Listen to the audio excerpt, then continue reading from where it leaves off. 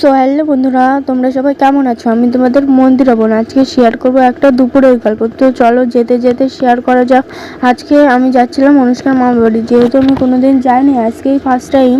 তারপর যেতে যেতে ওর মামা বাড়ি হলো কিনা মাঠের মধ্যে, তার জন্য ওই মাঠের পাশে একটু বসে পড়েছিলাম, কষ্ট হয়ে গেছিলো তার জন্য।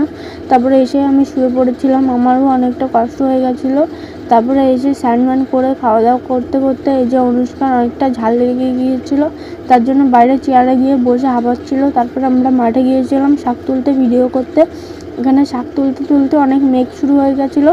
তারপরে আমরা মেঘ দেখে হলো কিনা শাক তোলা বাদ দিয়ে চলে গেলাম বাড়ির উদ্দেশ্যে। এদিকে বাড়ি যেতে যেতে এতটা পরিমাণে ঝড় হাওয়া হচ্ছিলো, মেঘ ঝিলকাচ্ছিল।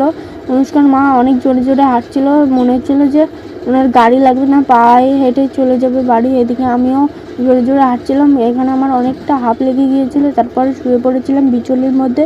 তারপরে এদিকে আমাদের এখানে বৃষ্টি শুরু, তোমাদের ওখানে হলে কমেন্টে জানিও।